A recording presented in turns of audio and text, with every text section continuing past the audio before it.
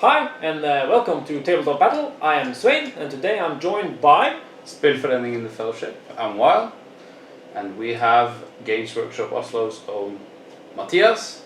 Hi guys. Who will help us introduce you to Age of Sigmar.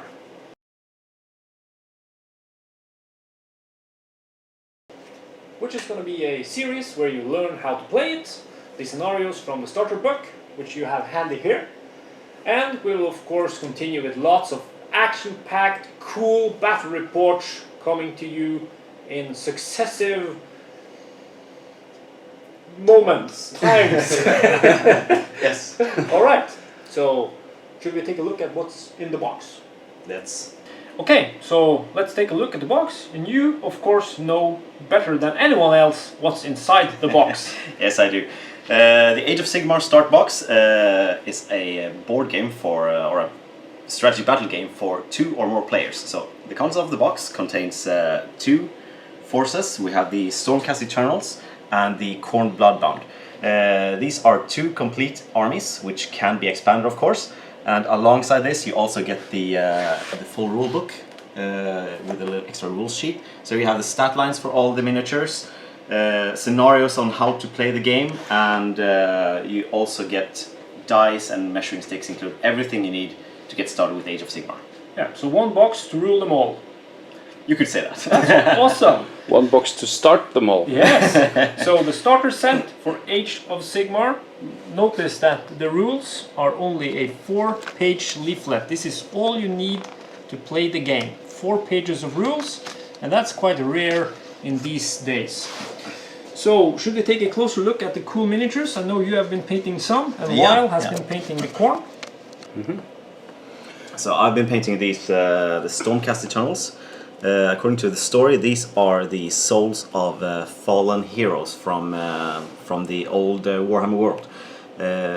Sigmar, which was just a powerful character in the old Warhammer world, ascended and became a god in the Age of Sigmar. He took these unfortunate souls and reforged them into Stormcast Eternals. So a process which is very painful, takes several years. The first one here is Vandus Hammerhand.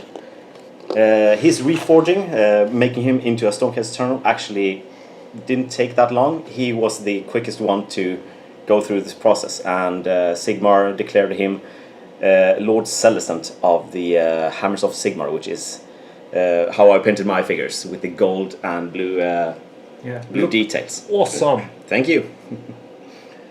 Okay, so any different kinds of units here? Yeah, we have 2 units of the Liberators, which is the what should I say, like the meat the meat shields, The rank and file. the rank and file soldiers. Thank you. So they have these are armed with hammers and shields. The separate boxes which you can buy from Games Workshop comes with either 2 one-handed hammers or swords and shields as well. Mm-hmm. We have the Prosecutors, which is a flying unit armed with 2 hammers, which they actually can throw as well.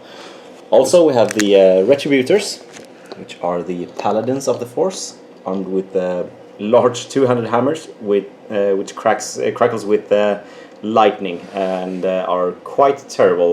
We will show that effect in a while. Also contained in the Stormcast force is the Lord Relictor, a banner bearer, and of course, as I mentioned before, Vandus Hammerhand on a Dracoth steed. It's very cool. I just want to point out the Liberators. Yeah. In the book, in the story, they can interlock their shields and create very powerful shield walls to ward against enemy attack, and then they are supported by the Liberators, The Retributors, with their lightning, with their long reach hammers, and the lightning crackles on top of the hammer. And also the Prosecutors, when they throw their hammers, the hammers actually hit as lightning, and then they are returned to the Prosecutors. So it's a very, very cool description of them in the books as well. And the cool thing is that you will all see these units in action following this video. Yep. Okay. And the Khorne army. I guess you better take that one. Well, you have all the names. So the only one actually, honestly, no, it's the leader, Khorgus Khul. So Khorgus Khul, what I really love about his background story is that he is building a pyramid of skulls. Yep. He's almost finished. He's missing one skull on the top. So he's actually hunting for that perfect skull, because it can't just be any skull. It has to be the skull of a champion. And as you're panning the camera towards Vanda's hammer hand, that's a very possible target for this this final skull for his pyramid. That'd be a nice skull. He's leading his force of Khorne Bloodbound. We have the Blood Warriors, which just live to spill blood and reap skulls for their demonic god Khorne. And in the background here we have the Blood Reavers. So Blood Reavers are not there voluntarily per se. A lot of the people that encounter a force of Bloodbounds are given an option: either be consumed by us during one of our cannibal feasts, or you join us in our cannibal feast. A lot of people choose to actually go along with this, since they don't really want to die. So that's how they become Khorne Bloodbound. It's eat or be eaten. Very much so. For this. And then we have Threx Skullbrand, the Blood Secretor, the icon bearer of the Khorne. This is a gore-tide. Gore-tide, yeah. That's what the army is. And there is Wek the Flayer. He's a bloodstoker. He uses his whip, and he has amputated his hands and got a sword instead. And he pokes his warriors to a blood rage to push them to perform even better in battle. And the Khorgorat Skuldrak. And you will see the Bloodstoker whipping him into even better shape, and see if we can take down some golden boys. Yeah, actually these guys will feature in the first battle you will see. These two versus the Lord Celestant on his steed. Yeah. So that will be the first battle out, and we will set up and get ready to play that right now. Before we get into the battle, I'd just like to explain the story for you. So, as the end times happened in the old world, chaos came and took over and shattered the old world, and it was split into many realms.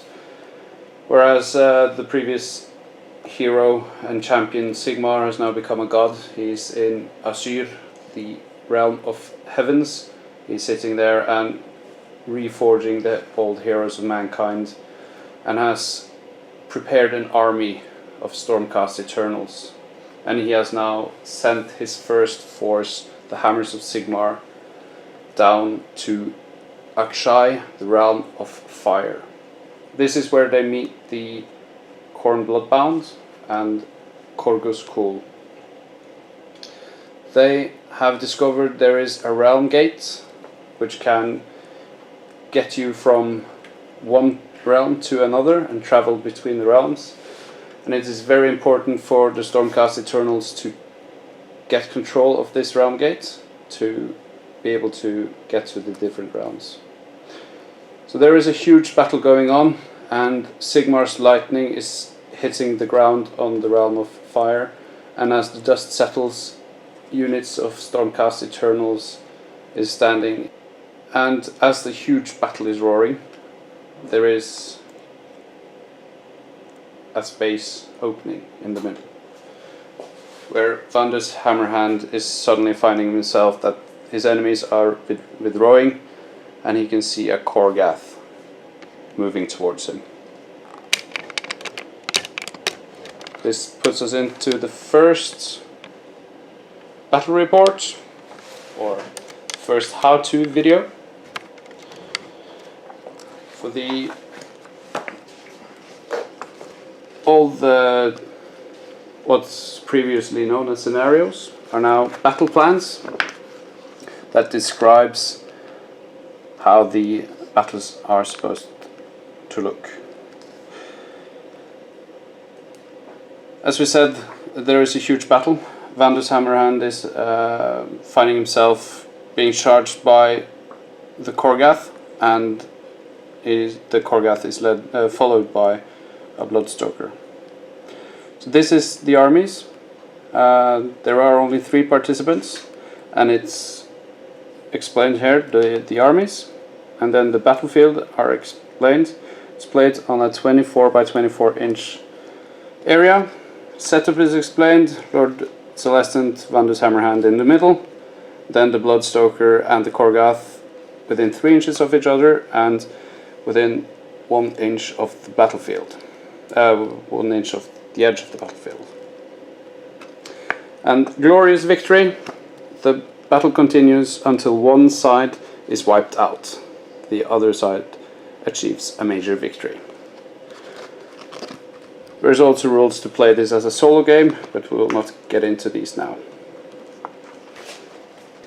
So here we have an example of how a war scroll looks like.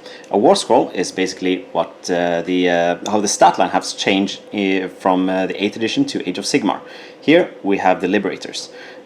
So you can see that there aren't any weapon skill, basic skill, strength and so forth, but it's been reduced down to this little circle here where you have the movement value, wounds value, bravery, which is basically a leadership, and a save value. You also have this list here of different weapons. So the Liberators have one kind of weapon, which is a Warhammer, where he has a fixed to hit roll, to wound roll, and how many attacks the hammer has. You also have a rend value, which we won't go into now. Because these have dash for the rend value, and they cause 1 damage each. These guys also have 1 inch range. Some weapons, for example spears, have 2 inches, which enables more to get into combat.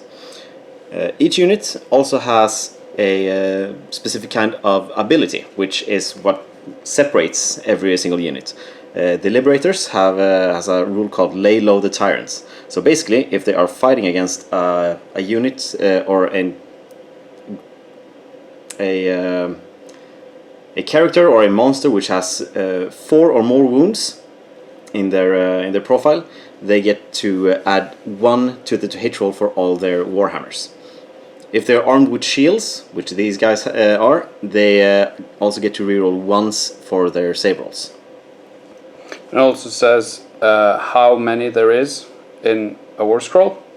And here you can see a unit of Liberators can have any number of models, so you can have 1 Liberator or you can have 20. That's correct. There is also a Liberator Prime, which is Sergeant, and he has 3 attacks rather than 2. Down here we also have something called keywords, which is something that's new to Age of Sigmar. So basically you have abilities which affects units of that specific kind of keyword. So Liberators have keyword Liberator, Stormcast Eternal, Human, Celestial and Order. Which so the order, it's that they belong to the Grand Alliance Order. There are 4 different kind of alliances. You remember them? They're Order, Chaos, Death and Destruction. So some spells affect units with keyword Order, some humans, some specifically for Liberators. So that is the basic build-up of a war scroll, and each unit have their own war scrolls. So we showed you the war scrolls, and all war scrolls for the starter box is in this book, and the war scrolls for the rest of the entire Games Workshop range is found as PDF on gamesworkshop.com, or you can even go on the App Store for any kind of mobile phone. I think it's for iPhone and for Android. Yeah. And search for the Age of Sigmar app, which contains every single war scroll for free. Yeah. Plus all the new releases also contains the war scrolls inside the box. So there you go. Awesome. Okay. So Shall We we have roll to- some dice? we should, shouldn't we? Yes. That's why we're here. We will also explain how movement and how each phase of combat works as we go. So after you have found your models and your war scrolls, you need to have a couple of dice and some measuring tapes. In the starter box you will get a couple of dice and a measuring stick as well. So you have everything you need to play. So Age of Sigmar consists of battle rounds, which are then divided into 6 phases. First phase. It's the hero phase. So your generals, heroes, mages are allowed to use their command abilities, cast spells, and use command traits. After that, we have the movement phase, where you basically move your entire army. And this is followed by the shooting phase, where you shoot with your arrows, your muskets, cannons. Can breathe. Your dragons can breathe fire or whatever. There are tons of different shooting attacks. After this, we have the charge phase, where you charge into glorious combat, followed by the actual combat phase, where you get to strike. And this is all rounded up by the battle shock phase, where if you have lost any models, you have taken any casualties, you need to take a panic test to see if any of your soldiers flees from combat.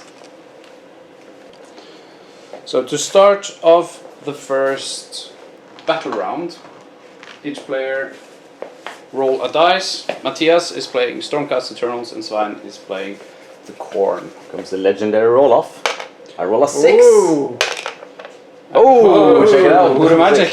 Voodoo magic in the I house. can't do that again, I believe. A 5. You go first. Yeah, okay. So in the hero phase, I have one command ability. This is actually not very useful now, since he can command a unit to deny battle shock test. However, he cannot really use it on himself, since he's a single miniature unit. So I will actually skip my hero phase and go straight onto the movement phase. I can see on my war scroll that he has a movement value of 10 inches. So I measure from the base, and see, this one actually brings me close enough to be in base contact. However, I'm not allowed to end up within 3 inches, so I have to stop just here. So I will stop there and move on to the shooting phase. My Dracoth can make a Storm Breath attack. To do so, I pick a point on the battlefield that is within 12 inches of my model, and roll a dice for each unit that is within 2 inches of that point. So I'm going to pick this little pointer right there, which will cover both of these units. So I need to roll a dice for each of these units that are within that radius. On a 4 or more, they will suffer something called mortal wounds, which is damage that you are not allowed to save against. So I will roll for the Khorgorath is his proper name. So on a 4 or more, he does not take any wounds. The Bloodstoker, let's see if I can kill him off quickly. Oh, he actually does take D3 mortal wounds. Okay, he has a total of 5. He has 5 wounds. Let's see if I can get a lucky 6 again. I get a 2. So he suffers 1 wound. And he's down to 4. And he's down to 4 wounds. And I just remove this one, which will take me to the charge phase. Yeah. So I roll 2 dice to see how far he gets to charge. 4 inches. That is enough to, since he's 3 inches within the Khorgorath, it is enough to get into combat with him. So I will actually move him forward here and start swinging. I will begin with my Tempestos Hammer. He has 3 attacks. I need 3s to hit. I hit every single attack, and I need 2s or more to wound. So the skull here is a 1, because usually when you roll a 1, you're dead or dying. I managed to roll a 2 and a 3, and this actually has something called a rend value of -1. So check up your armor save. 4 plus, So you get -1 on that save. 5 plus. So 2 dice, 5 plus on each dice. I say 1. To save 1. I take 1 wound. Actually no, this Tempestos Hammer deals D3 damage as well. No! So, oh yeah, you do take 1 wound. So he's down to 7 on Yeah. the Khorne. However, I am not quite done attacking yet because my Dracoth is allowed to rake you with his claws and fangs. He has 3 attacks as well. He needs 3 or more to hit. Oh, check it out! And he actually has a special rule or more.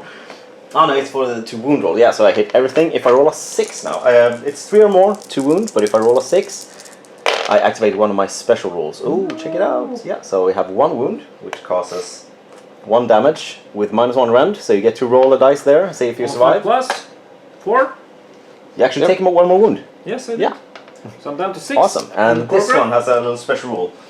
The damage is d6 rather than 1. Okay, so this one it's a regular save as well, -1 rend. But if you fail this one, you take d6 damage rather than 1. Which means if you're lucky again, you could kill it. I could. I'm usually not that lucky though. If I roll a 5+, I will save that special attack. And I do. Ooh. Because I'm lucky in you. love with the voodoo gods. Okay, so that's you. Yep, that's actually my combat phase. So now we're still in my turn. However, I have activated one of my units. You get to activate one of your units which is within 3 inches. So the Bloodstoker is actually as well in combat. So you get to choose which unit to activate first. So if you would like to activate, for example, the Bloodstoker, the first thing he does is something called a pile-in move. So he gets to move in 3 inches. Which takes him within range here. And then he gets to use his melee weapons to attack the Lord Celestant. Yeah. Now I have 2 weapons. I have a torture blade and a blood whip. And I think I'm gonna go with the torture blade, as that has 3 attacks and 3+ to hit and also 3+ to wound. So I'm now in contact with the Lord Celestant, and I'm gonna kick his ass with my torture blade. So that's 3 attacks, hitting on 3+. That is 3 hits, and I also wound you on 3+, and that is 2 wounds. And do you have any rend value on that weapon? No rend value on that, and they only Great. cause 1 Then damage each. I will get my 3+ save. No, I you am won't. not surprised. Snake eyes. So However, he has 7 wounds, so he is down to 5. Ooh, I can, he's still in the battle. see the death of the Lord Celestant. but you can now use the whip as well. I can use both. You can use all the weapons the model has. Well, that's Yes. quite awesome. Yes. Then let's do the whip with 3 attacks. This one also hit on 3+, but it wounds on a 4+. So that is 2 wounds, or 2 hits, 2 hits, yeah. and wounding on a 4+, which is nothing. So you got lucky there. That's fair. So hypothetically now, it would be my turn to activate a unit and strike with that one.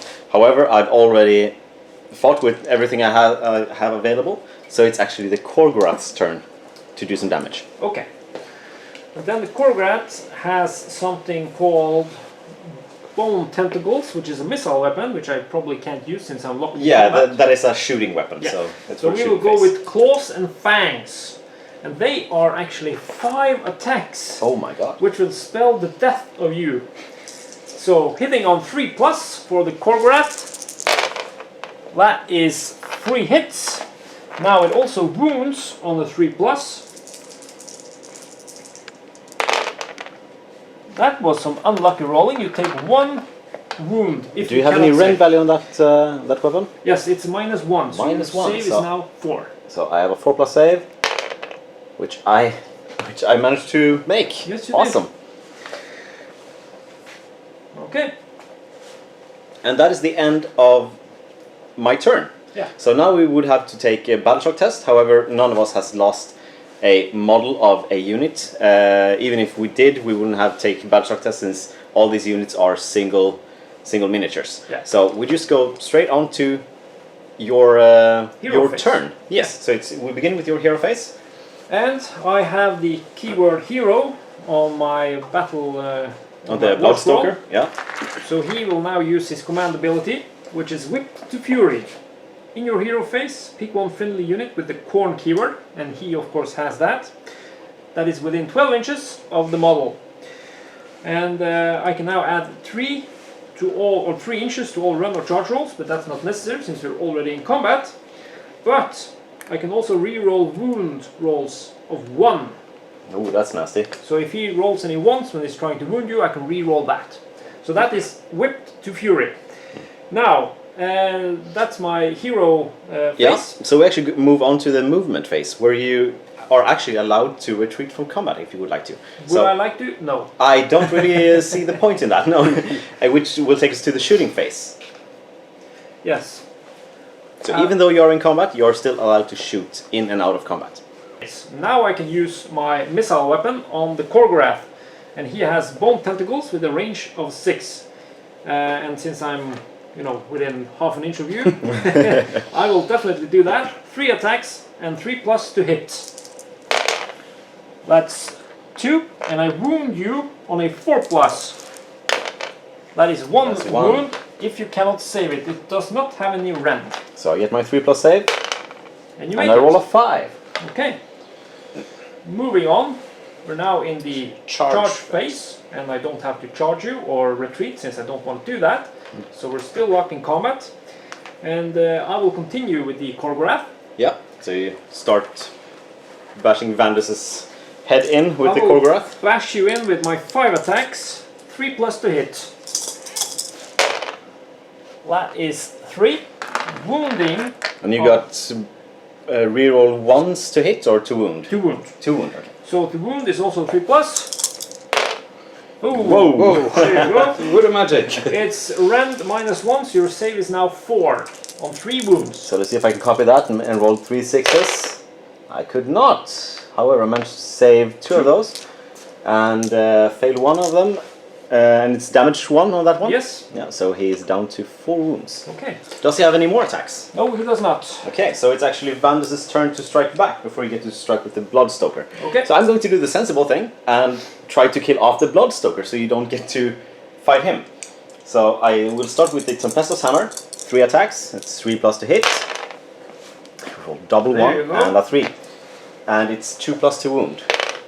Oh, you gotta be kidding me. You need, I think Wild touched your dice. Yeah, I think he did. Thanks a lot. Thanks a lot. They you started cursed out good. Okay, moving on. I still have the Dracoth Ooh. claws and fangs, so he will bite the Bloodstoker as well. It's 3+ to hit. Oh, come on! This is how it is to play against voodoo magic. Yeah, I guess so. Okay, then I will go on with my Bloodstoker. 3 attacks with the Torture Blade, hitting on 3+. That is also bad, 1, and wounding on a 3+. Oh my! Yeah, justice. Moving on, we have the Blood Whip, which also has 3 attacks. It's this one. And they are also hitting on a 3+, which means I scored 2, and wounding on a 4+ on this one. That's 1 more wound you have to save. No rend, so on a 3+, you're good. I am good. You're good. Checking me out. Yeah. So that was the end of your turn. That was the end of the combat phase. Oh yeah, yeah. There's Battle Shock, but Battle still, Shock, but still no, we ignore that no. one, which will bring us to a new round. So unlike Warhammer 8th edition, we actually make a roll-off to who goes first in the second turn. Okay, so now we have fought 1 full round of combat. Yeah, so you might actually be able to strike again. That's cool. That's That is random. really I like cool, yeah. that. So you So I roll a scored 5. I scored 5. Oh, I can see where this is going. 5. Oh. 1. I beat it. Okay, that's good. Then I will use my hero ability again. Whipped to Fury. Yep. So he can now re-roll 1s to wound. And then we will continue with, well, let's see. Now there is some tactic involved here, because after I have fought with one of mine, you can fight with one of yours. Yeah. Yes. But before you get there, there is the movement phase. No need to move. Then there's the shooting Yeah, you phase. can So still you shoot still with have your Yes. bone tentacles. Bone Don't forget those. Tentacles are bad. They are 3 attacks, 3+ to hit. Thanks a lot, man. That is 2 wounding on 4+. That is 1 wound, and it's rend 1. Rend 1. Oh, check this out Oh, here. no rend. Oh, no made rend. it. You would have made it on the 3+. Okay. The charge, no charging. Okay. then let's see. He has more hit points. I will go with the Bloodstalker first, since he will probably be the one to die, or easiest to kill for you. Torture Blade with 3 attacks. 3+ to hit. Wounding on 3+. That's 2 wounds for you. This has no rend. So I get my 3+ saves, and I make them both. Yes, you do. But I still have the Blood Whip with 3 attacks, hitting on 3+, and wounding only 4+. No! I am happy again. I will. Wow, this is actually kind of difficult now, because I could kill off the Bloodstoker. However, you have not struck yet with your Khorne, but I will try to go for the Khorne. See if I can. If I'm really lucky, I could kill him off, which means that you don't get to strike with him in this turn. So I will start off with my Tempestuous Hammer. 3 attacks. It's 3+ to hit. Hit all of them, and 2+ to wound. There we go. 3 wounds. And you actually have -1 rend. So 5+ to save. That is 2 saves. So And I take 1. that is actually D3 damage on his Tempestuous Hammer, which causes 3 wounds. So he's down to 3. Which brings me to the Dracoth, which will bite on 3+. Hits 2 attacks and 3+ to wound. And if I roll a 6 here, his damage is increased. It is not, but you do need to make another save with -1 rend. So 5+. And he takes another wound. He's down to 2 wounds. 2 wounds. This is that pay off. Yeah, this is getting hairy right now. However, you're now allowed to strike with the Khorne as well. And I will. First off, we will do the Claws and Fangs. 5 attacks. Now we need to see some good attacking. 3+ to hit. That's 3. Wounding on a 3+, and remember I can re-roll once. Once to wound, that's correct. So that's a re-roll. There you go. 3 hits 3. and -1 rend. -1 rend, so I get my 4+. 4+ save, and I actually fail 1. What's the damage value of... It's only 1. Yeah, so he's down to 3 wounds left. Yeah. Some weapons can cause more than 1 damage. That's correct. Okay. And that is the end of... My phase. Yeah, so Battle Shock. We skip Battle Shock again, and then it's my turn 2. I could... Let's see, I actually... yeah, well, so for my hero phase, I still don't have any usable hero ability. However, for my shooting phase, I can still do a Storm Breath attack. So I pick a point within 12 inches, and as long as I'm not within those 2 inches here, so let's see, is that more than 2 inches? Yep, that's good, and you still covers you 2 guys. So on a 4+, the Bloodstoker takes, let me see here, D3 mortal wounds. He takes D3 mortal wounds. How many wounds does he suffer? 3, so he's actually down to 1 wound left. Mortal wounds are bad because they cannot be saved. That's correct. And on 4+, the Khorne will suffer mortal wounds as well. I roll a 2, so he's still in the game. Thank you. So that was your hero phase. that was my past my hero phase, past my shooting movement phase onto the shooting phase, Yeah. and the charge phase. We're already in combat, so we'll go straight into the combat phase. I will use my Tempestuous Hammer onto the Khorne. So 3+ to hit, my 3 attacks. I hit 1, and 2+ to wound. Okay. He So 1 wound. suffers D3 wound if you're not able to save it. -1 rend. 5+ to save. No. So oh come on, I can kill him off now. Ah no, so he's down to 1 last wound, which means I have to use my last attacks from my Dracoths onto the Khorne. Or should I? Yeah, I do that. So 3+ to hit. 1. Oh, come on. Let this be enough to kill him. 3+ to wound. I managed to wound him at least. Okay. -1 rend. 5 to save. No! Yay! So he falls. So the Khorne is dead. And the Bloodstoker is still in the game. Okay, so And then it's we your move on go. to me. I will use the torture blade again with 3 attacks. Hitting on 3+. That's 2. Wounding on 3+. 2 wounds. I have my 3+ saves. No rending. Take them both. You need to stop taking all those saves. And then lastly my Blood Whip, which has 3 attacks. Hitting on 3+. No! Only 1. Wounding on 4+. 1 wound. No rend. I managed to save that one as well. Yes, you did. And I can see an end to the forces of chaos soon. So we skip the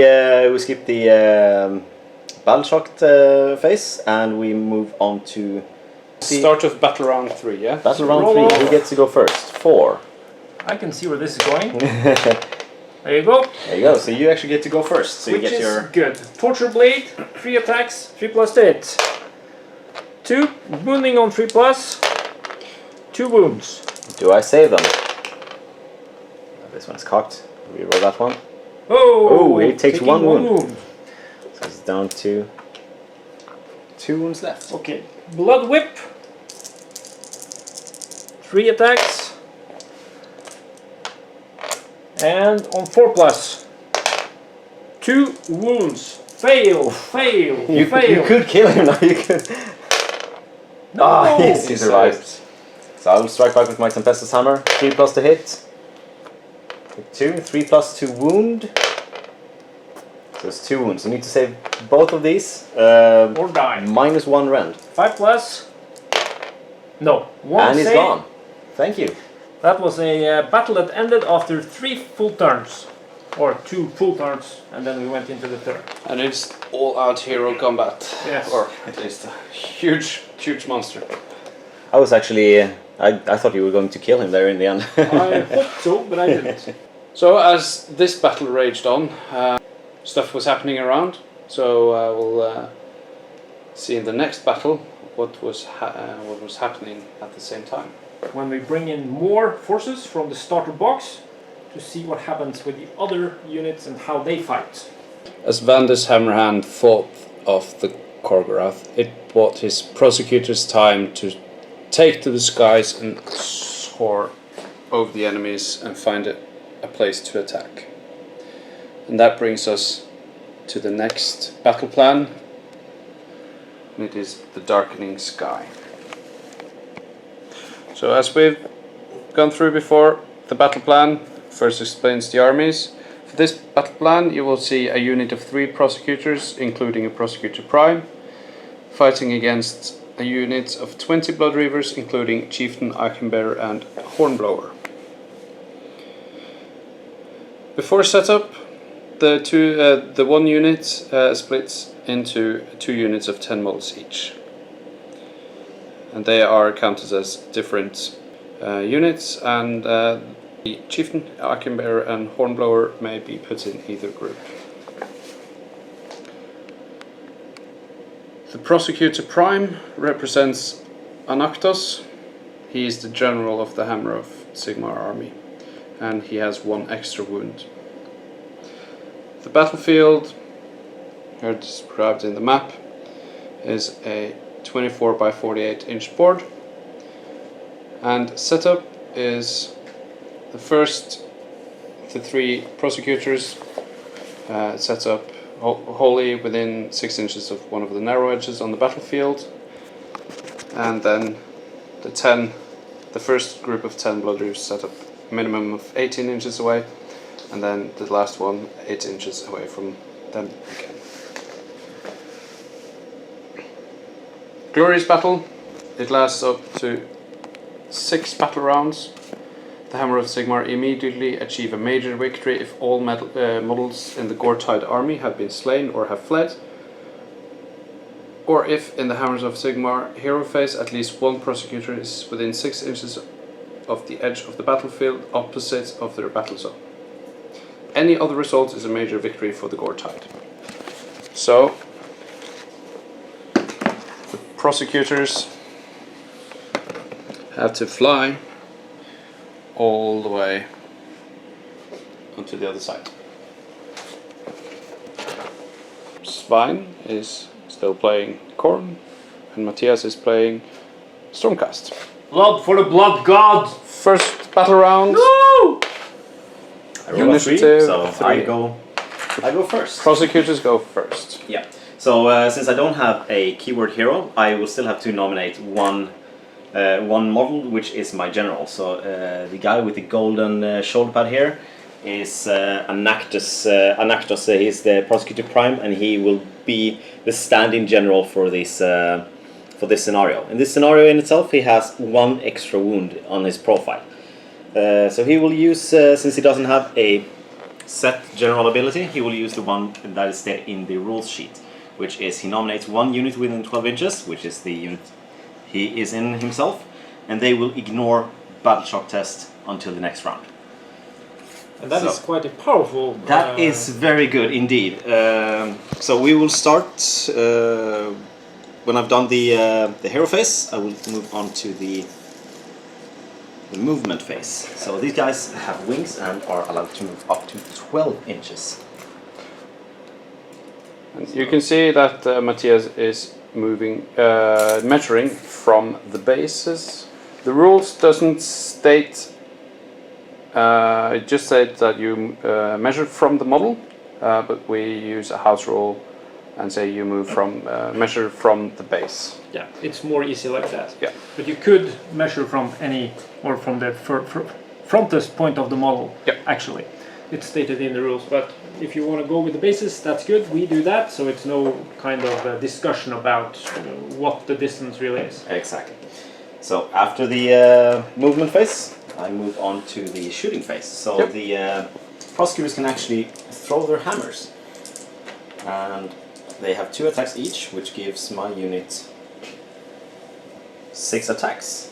They also have a special rule which enables them to reroll once for to hit rolls for this unit. Oh no! So I need force to hit this unit here. Get to reroll my ones, which will give me 4 hits. And I will need force to wound as well. This results in 3 wounds. So let's see. Oh, maybe to open up the war scroll for the My cannibals? for your cannibals, the blood reavers. Oh, this is going to disappoint you. If you look at the war scroll here, their save value is actually dash. They don't have a save. They don't have a save. They die. So you remove 3 figures right away. Because you also can see it has 1 wound for the blood rivers. Yeah, and Yeah, also the bravery part will come into play here when we take a look at the battle shock test. Absolutely. So this will be interesting. You will see a new mechanism in the game. So you get to remove 3 models, Do I? and you Thank get to you very choose. much. You get to actually choose which ones. So I would actually save this one, which is the hornblower. Oh, that's a hornblower. Yeah, and you have the icon bearer and the champion here. He's the champion. Yep. Okay, so I'll take these 3 guys. Which will take me to the charge phase. So usually you roll 2 dice. The prosecutors have a rule that you roll 3 dice instead of 2, Since they can fly. because they can fly. That's a 11. score of 11. I do believe that is within.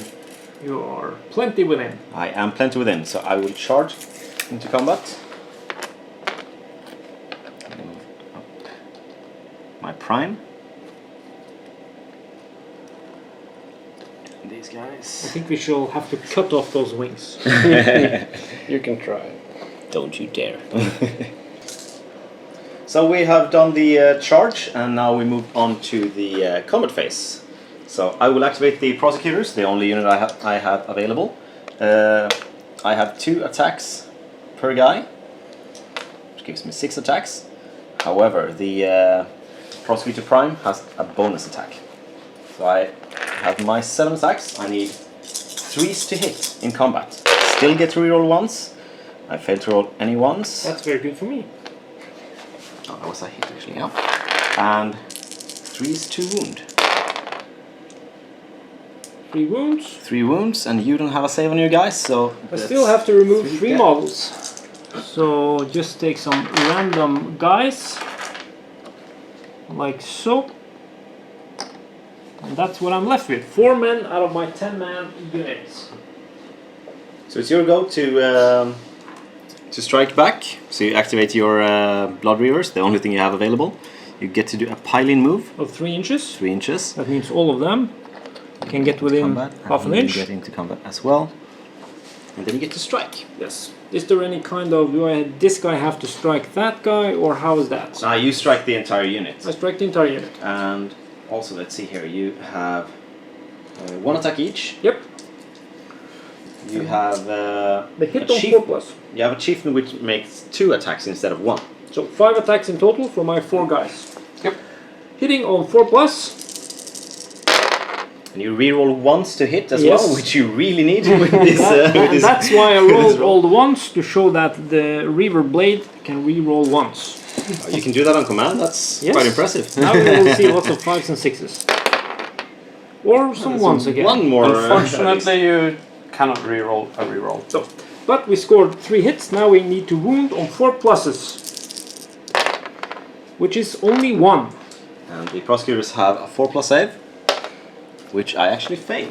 So one of them will lose a wound, and I will place a little dice on this guy here. So they have 2 wounds each? They have 2 wounds each, except for the prime who has 3. Yeah, okay. That was the end of the combat phase, which will bring us to the battle shock.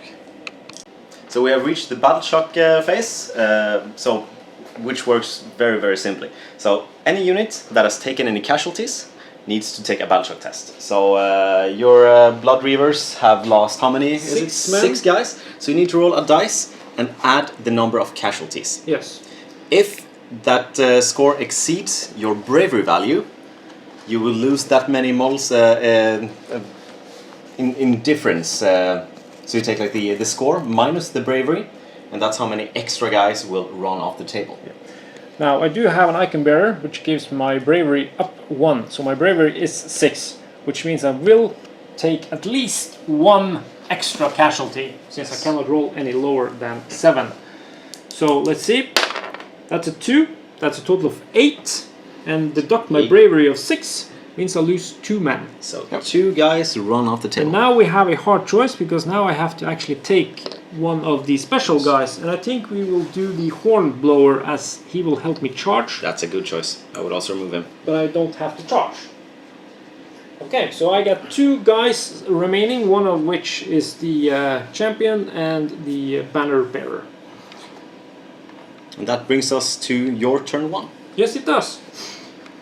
Okay, so blood for the blood god. I'm gonna retaliate fiercely. Now, the question is, well, not the question, but the point I want to make is that since he was lucky enough to get his unit going first, I did not have the chance to use my leader, which is this guy. He is the general, as you can say, and he has the inspiring presence. All generals on the battlefield will get that ability, even though they don't normally have that ability. If you elect one model to be your general, he can have that special ability, inspiring presence, which allows you to not do the battle shock test. And as you could see, I lost some extra guys because of that. So that would have helped me a little bit. I'm now left with 2 models, and they have 2 attacks and 1 attack. So it's 3 attacks hitting on 4+. But first, let's do the movement phase. And I do have some guys up over here that want to come and assist. And they have a move of 6 inches. So let's do that. Do you wish to try and run a bit? Yes. Yes. Then you roll 1d6. And then we just do the whole Roll a d6. and add that to the 6 inches I had. Yes. So it's a total of 2. 8. So yes, total of 8. That means he can now move a further 2 inches. Yep. So this is where the unit is going to end up. And when you run, you cannot charge. But that wouldn't mind anyway, because I'm too far away to actually reach you. And you're not able to shoot. You're not allowed to shoot nor charge when you run. Yeah. Okay, That's correct. so that's the movement and shooting phase done. Yep. And now it's over to the combat phase. Yes. And like we said, I got 3 attacks, and I am hitting on 4+. That's 2. Wounding I on get 4 to plus. reroll the one for Yeah, I to do. hit as well. I do. Didn't help though. 2 wounds on 4 plus. That's 1 wound on you. And I will see if he survives. I need a 4 plus. He does. I make. And then I will use my prosecutors to strike back. This might hurt. It will. It's 4 plus to hit. Or not so much maybe. It's a 4, as we all saw. Yeah, we got it on camera. That's nice. And 4 plus to wound. 2 wounds. That's 2 wounds. Which means my unit is gone since I don't have any saves on them. And they only have 1 hit point. Glory to Sigmar. I will glory or something. So no battle shock, and then a roll off to see who gets priority initiative. Turn 2, yeah. Turn 2. 5 and a 1, you, so that's buddy. me. Okay, so it's me. Battle round 2. Battle round 2, and I went first, as you could see. Now, I do not have a general since he was slain over here, but these guys are out to exact revenge. But they do not have a hornblower, nor do they have a banner bearer. So I do not get any special abilities in this unit. This is, I have to do and die, not do or die. So I will move up 6 inches, and after that we will move on to shooting, which I do not have. And after that we will do some charge, which is always cool. Now, so moving up my Blood Reavers. Okay, so my Blood Reavers have moved up 6 inches, which is their allotted movement. It is 6 inches now from this model to this model, and that is the charge I need to make to be able to get into contact with them. As you could see, he was allowed to roll 3 dice. I can only roll 2 for normal foot soldiers, but they have a special rule on their war scroll allowing them to roll 3 dice. Okay, so let's see how many inches I can charge. That's a total of 7, which is enough to bring me within half an inch of the enemy model, and that's what you need to get. So let me measure here. Yeah, that's more than enough. Okay, as long as one guy gets in, the rest will also get in. And then, as long as I am within 3 inches of the enemy, I am allowed to charge with all of them. Yeah, so you're allowed to do a pile in when Yes. you activate the unit. Because now is the combat phase, Yes. and it's your turn, so you can pick one of your units in combat to activate, and you only have 1. Yes. My Blood Reavers, So you get a 3-inch pile-in. and that will bring the rest of my guys into base contact with your badass guys with hammers. And let's see if we can kill us some. Let's just put them around here, like so. There you go. Now I have 10 men, and remember there is no special leader in this, so I only have the 10 attacks. Yeah, you still have reroll ones to hit though. So Yes. that's pretty good. Okay, so I got 10 attacks with my Reaver Blades. They are hitting on 4 plus. That is One reroll. 1 reroll, this one. Okay, Ooh, nice. so that is 7 hits, wounding on 4 plus. That is 4 for you to save. They I will don't see if have no rent. No rents. I will see if I make this. 4 plus to save. And I fail 1. Unfortunately for me here now, since I have one that is wounded, the allocated wound must go on the already wounded one, so I will actually lose 1 figure. Woohoo! But now, it's hammer time. So I have now 5 attacks. Back at your guys. I need force to hit.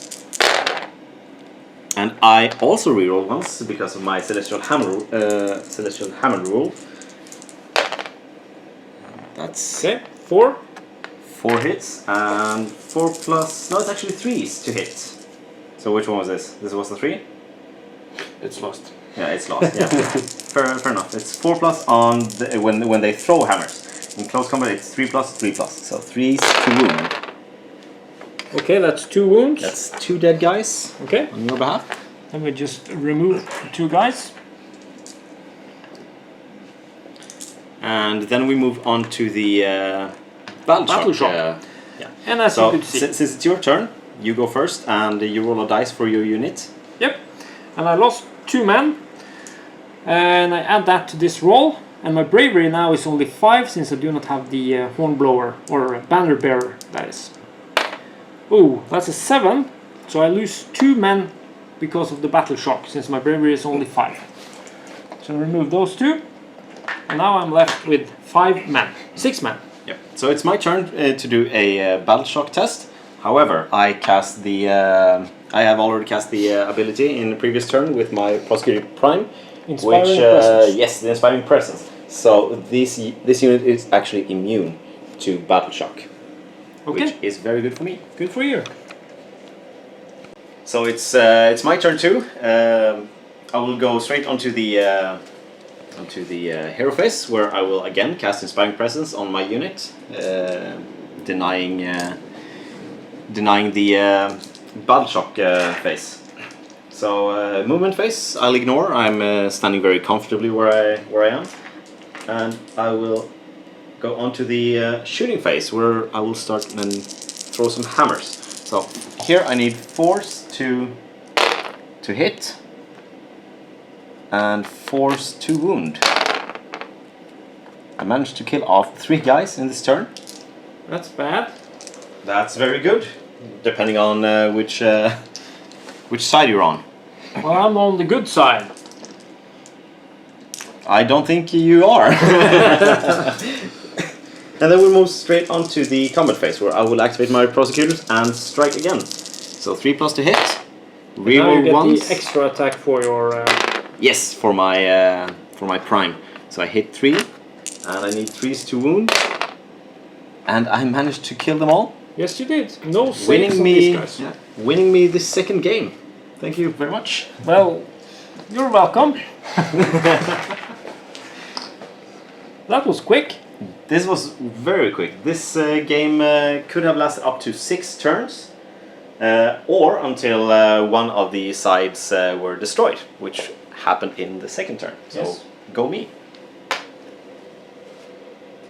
Okay, so you have now watched the first part in the How to Play Age of Sigmar, and we hope, of course, you enjoyed it. And of course, if you do see any errors we made, which is highly unlikely, you can please point that out in the comments field for everybody else to see and learn. Any closing words, guys? Oh, well, we'll have 2 more videos in the How to Play Age of Sigmar series, for now at least. And please watch the next one, where we will progress with other units. More units from the starter set, and also a big conclusion to the whole How to Play, with a big game between you 2 guys. And I've heard rumors about dragons and stuff. Yes, we do have big dragons, big demons, which you can add into your force, which we will do for the third and final video in this series. And also, if you're in the Oslo area, you can just come down to Games Workshop Oslo at Møllergata 5, and we will be happy to help you out with getting started with Age of Sigmar. Also, go GV Oslo. Thanks for watching Tabletop Battle. Spillforeningen, the Fellowship, and him. And me.